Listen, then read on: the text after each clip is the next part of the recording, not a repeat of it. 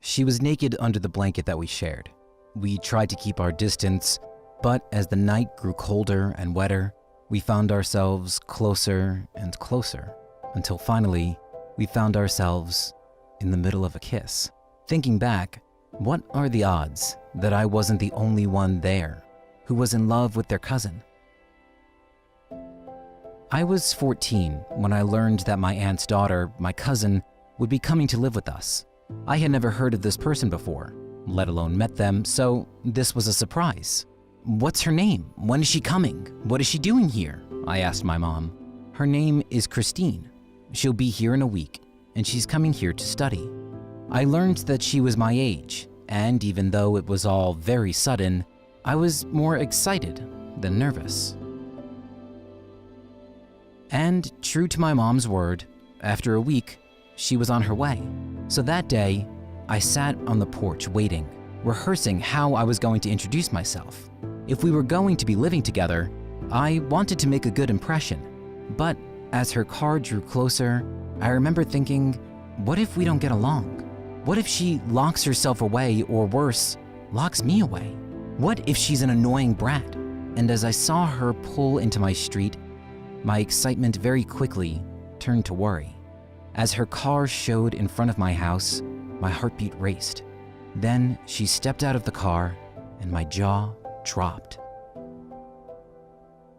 She was beautiful, but I didn't want to seem like a creep, just sitting there, staring.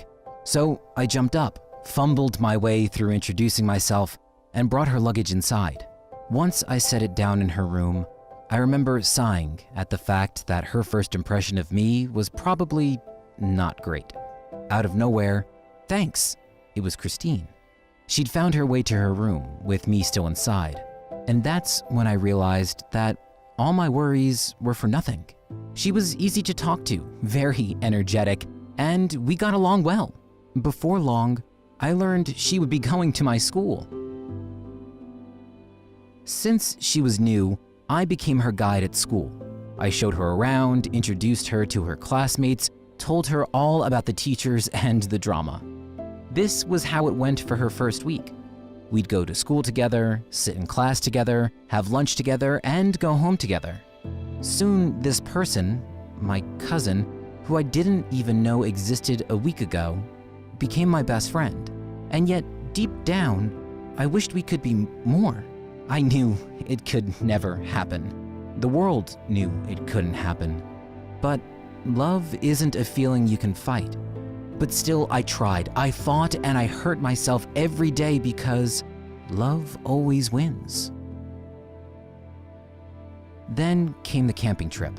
As the holidays rolled around, my parents wanted to give Christine a real feel for our state, beyond just the school, so they planned a camping trip. I remember it vividly. After we got to the campsite, unpacked and set up all of our stuff, Christine and I went for a walk, exploring the forest. I don't know how long we were gone for, but by the time we decided to head back, the skies had turned dark and it began to pour with rain. That was the moment I realized we had no idea where we were or how to get back. We couldn't really tell which way was which. We just ran looking for shelter. In the distance, we saw a cabin, rushed inside, closed the door, and slid down onto the floor, listening to the sound of our panting, our dripping clothes, and the thunder outside. We looked around, found a match and a space for a fire, and set up something to keep us warm. We were both wet and shivering, but while I had been wearing a jacket which protected my shirt from the rain, all she wore was a dress, which was now soaked and glued to her body. She wanted a towel, but all I could find was a blanket. So while she stripped and covered herself with it, I turned around, looking outside, wondering how we'd make it through the night. There was no sign this storm would stop by morning. So, as hungry as we were, we decided that we'd have to spend the night there. The only problem was that there was only one blanket, the one she was wearing. "You keep the blanket, obviously. I can sleep without it," I said. "But your clothes aren't dried yet, and you'll definitely get sick," she replied. "I'll be fine," I reassured. But she wasn't having any of it. "You know what? This blanket is big enough. We could share." My heart skipped a beat. There was no way this was actually happening. "Are you sure?" I asked, half expecting her to burst out laughing and tell me it was a joke. But no, she looked me in the eyes and insisted. So, as the storm continued outside, there we were, under the blanket, she still naked, and me staring at the ceiling, trying not to make things awkward. I can't sleep, but I try anyway. I remember closing my eyes, then feeling a shuffle in the blanket. I glance over at her and she's moved a little closer. A minute later, another shuffle. She's even closer. Another few more minutes of this, and now we're practically touching. Then, and I can never forget this moment, she grabbed me and kissed me. When she pulled back, she hid her face in my arms and muttered, "I love you." What were the odds that I wasn't the only one in the cabin that night who was in love with their cousin? "I love you too," I told her. We were, both of us, in shock, but elated and in love.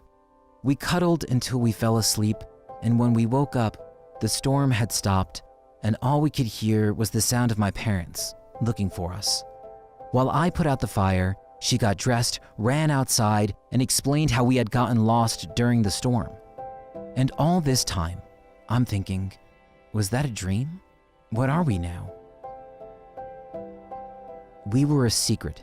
Our relationship was something we vowed not to tell anyone. At first, it wasn't difficult to keep things under wraps. We went about life as usual, making the world believe that we were just cousins who lived together and went to the same school. But between us, we were a couple. However, as our relationship grew, it became harder and harder to act like we were just relatives. We'd have to be sure that we were alone before we could do all the things a couple should be doing. And as the year went on, we started getting more and more looks, rumors, and questions. They noticed the way we acted with each other.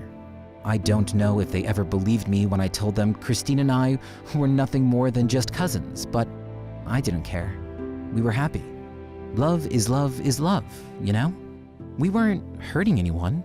What I do know is that the teachers believed me because it was during a field trip to Hawaii that they put us in the same room. And what a field trip that was. It was like a honeymoon. We went on our own little dates in our spare time, visiting malls, going to restaurants, and spent most of the time cuddling and kissing in our room. What we didn't know was that someone had seen everything. We spent 5 days in Hawaii. It was there that I held her hand for the first time, bought a girl jewelry for the first time, and spent the night together for the first time since that camping trip. I don't think we had never loved each other more, but all good things come to an end. After the trip, we went home and had to go back to pretending we were friends at best. And it became harder than ever because we had gotten a feel for what life could be like if we didn't have to pretend. And it was on our second day back at school that we were both suddenly called to the principal's office.